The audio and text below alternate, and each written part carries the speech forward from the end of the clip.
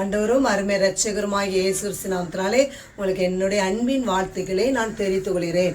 இந்த நாளிலும் வேத வசனத்தை பார்க்கும்போது பூமியின் மேல் அக்கினியை போட வந்தேன், அது இப்பொழுதே பற்றி எரிய வேண்டும் என்று சொல்லி விரும்புகிறேன்னு சொல்லி வேதத்தில் வாசிக்கிறோம்.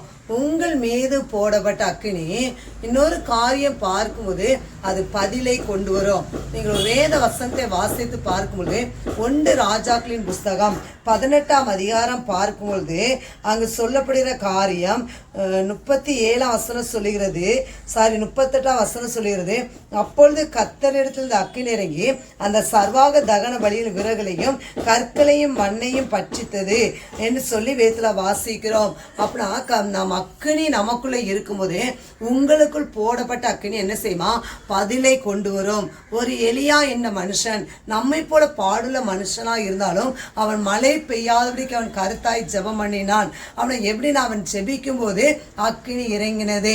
அவன் எலியா ஒரு தீர்க்கதரிசி, அவன் ஒருவன் மாத்திரம்தான் அவன் என்ன செய்தான் இருந்தான். அங்கு பார்க்கும்போது கர்த்தருக்கு முன்பாக நிற்கிற நான் என்று சொல்லி அநேக காரியங்களை அவர் சொல்லுகிறத நாம் வேதத்துல வாசிக்கிறோம். அப்படின்னா எலியா ஜெபிக்கிறார். அவங்களுடைய ஜனங்கள் எல்லாரும் அவங்கவுங்க தெய்வத்தை நோக்கி கூப்பிடுகிறார்கள். ஒரு சத்தமும் பிறக்கவில்லை. சாயங்காலம் ஆனபோது கூப்பிடுகிறார்கள், தங்கள் சரீரத்தை கீறி கொள்றார்கள். அந்த சூழ்நிலையிலும் ஒரு சத்தமும் பிறக்கவில்லை.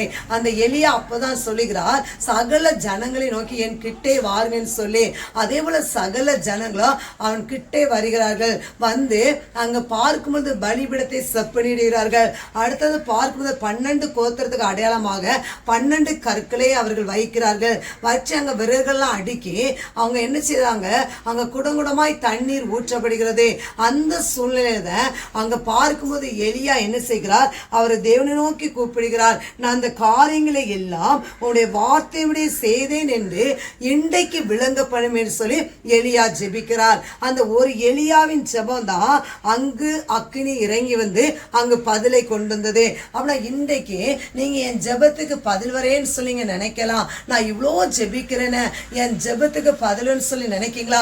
இந்த அக்கினி உங்களுக்குள்ள பற்றி எரியும் போதே அந்த அக்கினி உங்களுடைய வாழ்க்கையில நீங்கள் ஜெபிக்கிற எந்த காரியத்துக்காக நீங்கள் சோர்ந்து போய் ஜெபித்து கொண்டு இருக்கீங்களோ, எனக்கு இன்னும் பதில் கிடைக்கணும்னு சொல்லி நினைக்கிறீங்களா, அது உங்களுக்கு பதிலை கொண்டு வரும். எனவே கர்த்தர் தாமே உங்களை ஆசீர்வதிப்பாராக.